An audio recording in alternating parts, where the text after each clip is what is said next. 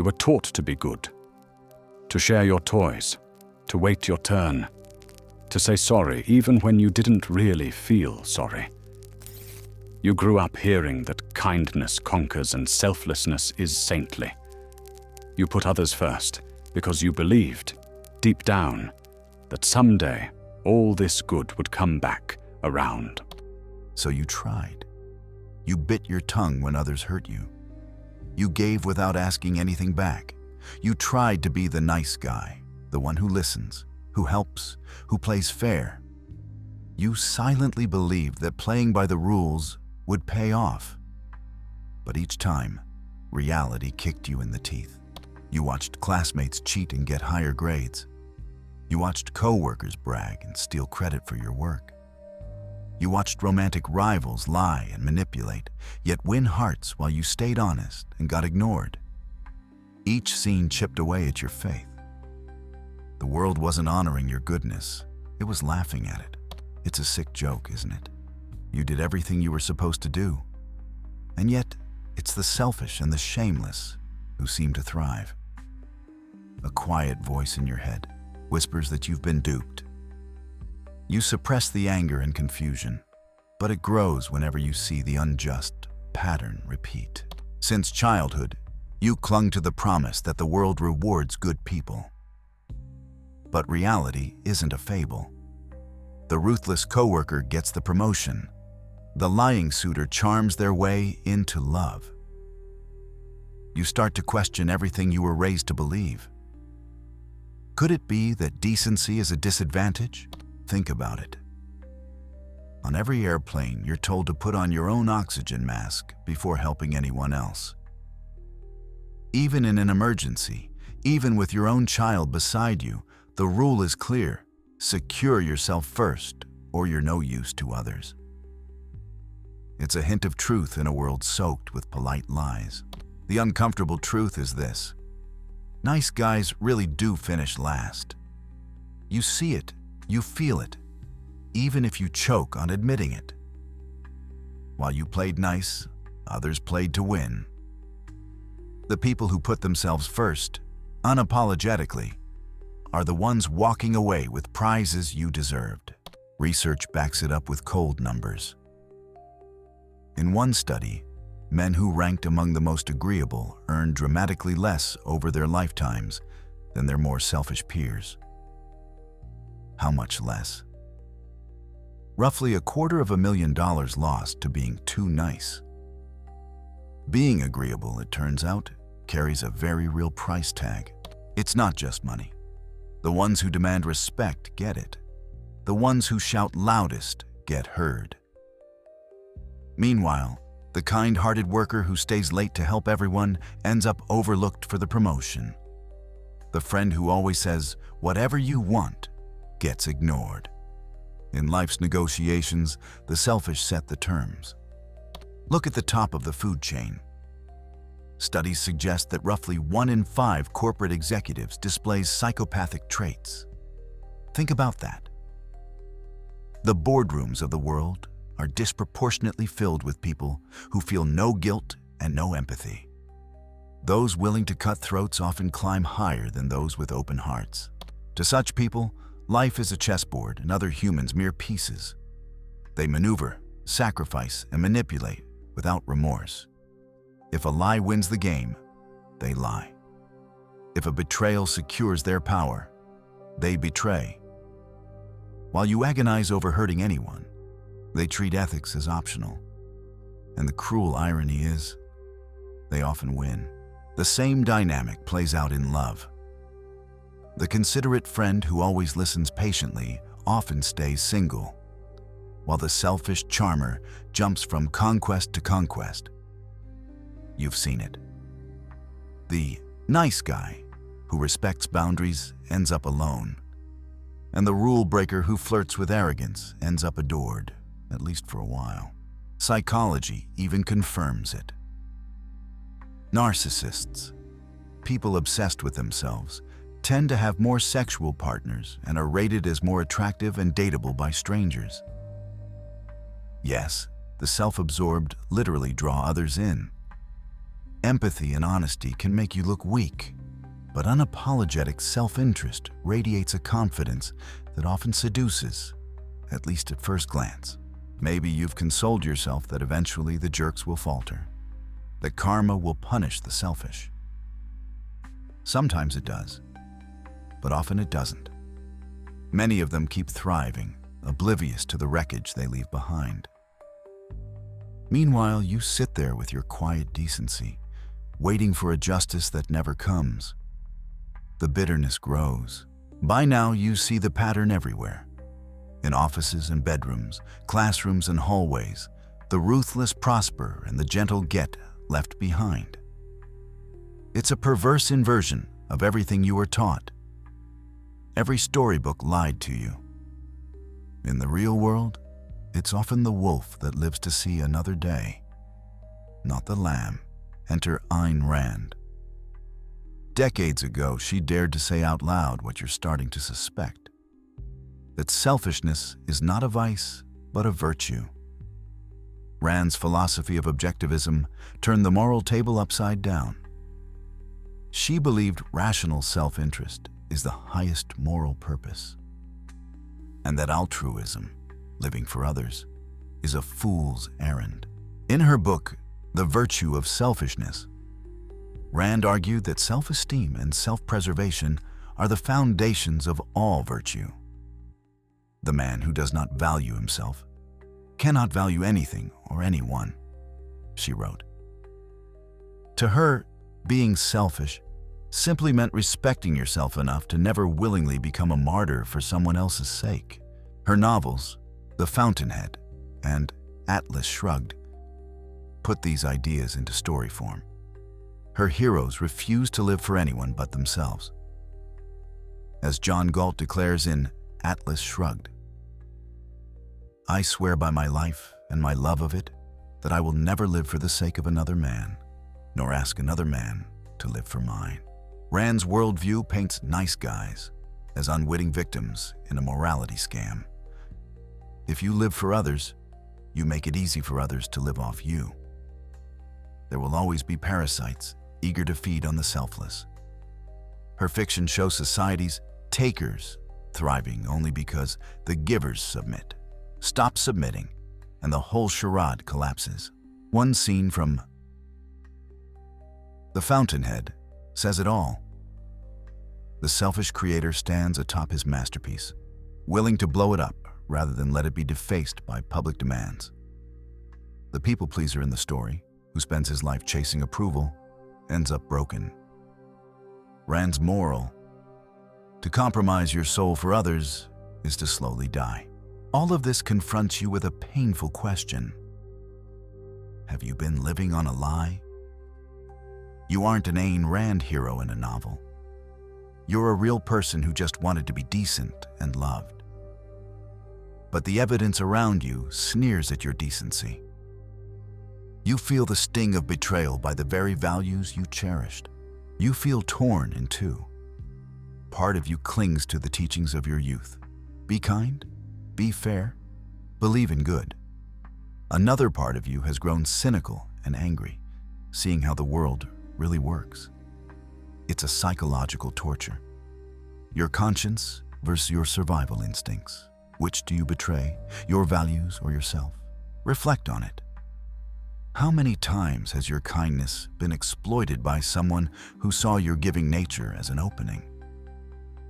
Think of the colleague who kept asking you to cover their work, but never returned the favor. Or the friend or family member who guilted you into endless sacrifices. They relied on your fear of seeming selfish. It's as if you were playing one game while others played another. You assumed everyone followed the same rules of decency, but they don't. You were playing checkers, moving straightforwardly, while they played chess, maneuvering around you. By the time you realized you were just a pawn on their board, you'd already lost another round. This is the painful clarity you've been avoiding. The game of life often feels rigged in favor of the selfish. Your good deeds won't guarantee love. Your honesty won't ensure success. You see now that the world doesn't run on the principles you assumed. It runs, often enough, on power plays and self-interest. So you stand there, metaphorical mirror in hand, and finally look at what's reflected. You see yourself at all those moments you were stepped on, passed over, used. The mirror shows the cost of your innocence. It forces you to admit something you never wanted to. Your own niceness has been used against you. It hurts. It's as if you've discovered that a trusted friend was deceiving you all along. And that friend was your own idealism. You feel foolish for ever believing the world would reward you for being good. You feel anger at those who played you, and anger at yourself for letting them. This is the dark night of the soul. Here is where many break. You ask yourself, should I just stop caring and become like them? Should I don the wolf's skin and join the predators? The thought makes your stomach turn. You don't want to lose the goodness in you, but neither can you bear the thought of remaining prey. You're caught between two nightmares. Once you see the machinery behind the curtain, you can't unsee it. You can't go back to that naive person who assumed kindness would be repaid in kind. The innocence is gone. So what now? You realize you have to change something. Either change your approach to the world or be crushed by it. Doing nothing is not an option. But here's a revelation. Selfishness doesn't have to mean becoming a monster. There is a difference between valuing yourself and actively harming others. Perhaps the real lesson is not to abandon kindness, but to stop offering it as a sacrifice. To protect your core while still choosing, when you truly mean it, to be kind. Knowledge, even dark knowledge, can be empowering. Now that you know what you're up against, you can move with eyes open. You can set boundaries without guilt. You can say no and not apologize for it. You can pursue what you want without the secret shame that you're being selfish, because you finally understand selfishness is survival. Think back to that oxygen mask. You're no use to anyone if you're gasping for air. Taking care of yourself first isn't just okay, it's necessary. You've been running on fumes trying to keep everyone else happy. It's time to breathe. Put on your mask. Secure your own oxygen. Only then decide who deserves your help afterward. This shift feels strange at first. Saying, "I come first," feels wrong to you after a lifetime of doing the opposite. But watch what happens when you respect yourself. The world actually starts respecting you more too. People treat you how you treat yourself. If you act like you're worth little, some will gladly agree. No more. This doesn't mean you must become cruel. It means your kindness becomes a choice, not a default setting. In a world that often rewards ruthlessness, genuine empathy can be your quiet rebellion. But it's a rebellion you choose with full awareness. You're no longer kind because you're afraid not to be. You're kind because you decide it, eyes open. This clarity gives a strange peace. You see the battlefield as it is. You understand why selfish people seem to win, and you're no longer naively playing by rules that no one else follows. It's not that the world has changed, it's that you finally see it clearly. And in that clear sight, there is power. Step back and look at the wider picture. This tension between virtue and advantage is woven through history. We celebrate saints and heroes in storybooks, but in the halls of power we find conquerors and schemers. Human nature has a ruthless side. It's an uncomfortable fact of evolution. Survival favors the bold, not necessarily the benevolent. Society itself feeds this paradox. It preaches altruism to keep people cooperative, while quietly rewarding those who break from the herd. Civilization needs some level of trust and sacrifice to function. Yet the individuals who exploit that trust often reap the rewards. It's a flawed equilibrium. The many give so that a shrewd few can take. Now you face a choice. You can let this truth make you bitter, or you can let it free you. It's dark knowledge, yes, but it arms you. You understand the cost of blind goodness now.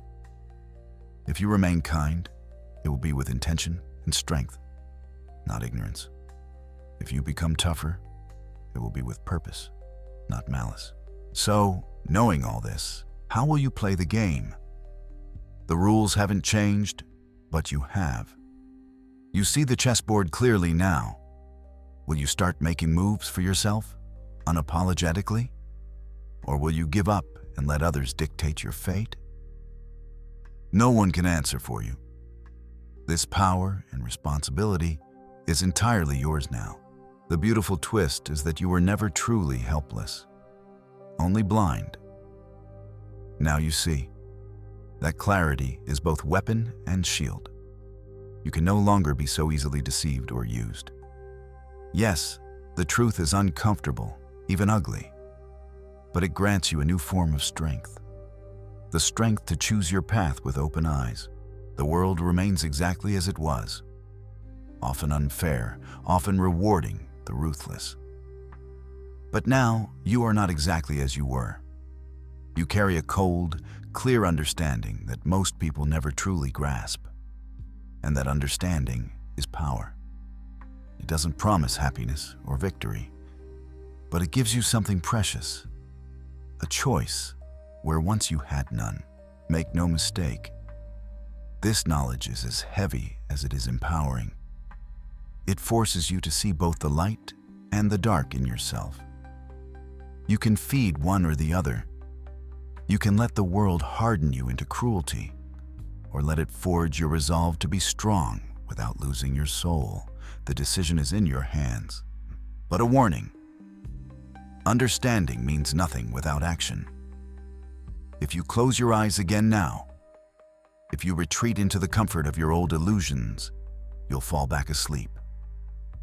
And if you fall back asleep, you already know what awaits. The same silent frustration, the same slow self-betrayal. A life lived on autopilot under others' control. So don't just sit with these thoughts. Act on them, even if it's in a small way right now. Steal this insight into a decision. Prove to yourself that you won't drift back into complacency. Resolve to change something, however small, and start by acknowledging, in words, what has shifted inside you. Now I have a request for you. Before you move on with your day, pause and do something bold. Leave one sentence in the comments. Not a reaction or a platitude, but one raw, honest sentence, confessing what this truth sparks in you. One sentence of truth, no matter how uncomfortable. After that, turn off this screen. Sit with the discomfort and clarity for a moment. Let the echoes of this realization ring in the silence. This isn't about just watching a video. It's about what you do when it's over. The real confrontation begins when you look away and face your life with new eyes. So go. Live differently than before. Let this hard truth simmer in your mind as you navigate your day. Notice the games people play and notice your own choices. You don't have to say a word to anyone about what changed inside you. But when the time comes to choose, you will remember. Disappear from here and live your life. Test what you've learned out there in the real world. And when you're ready for another uncomfortable truth, you can return. I'll be here waiting, as I always am, at the edge of understanding, where discomfort meets growth, where illusions die and truth begins. Remember, no one else will live your life for you. No one else will fight for your dreams or feel your disappointments. That responsibility and privilege is yours alone. You owe it to yourself to see clearly, to choose deliberately. In the end, you answer only to the face in your own mirror. When you're ready to seek another truth, return here. I'll be waiting, as always, at that boundary between comfort and reality, at the edge where it all begins. Until then, go and live with your eyes open. The mirror will be here when you need it again. I'm here, always.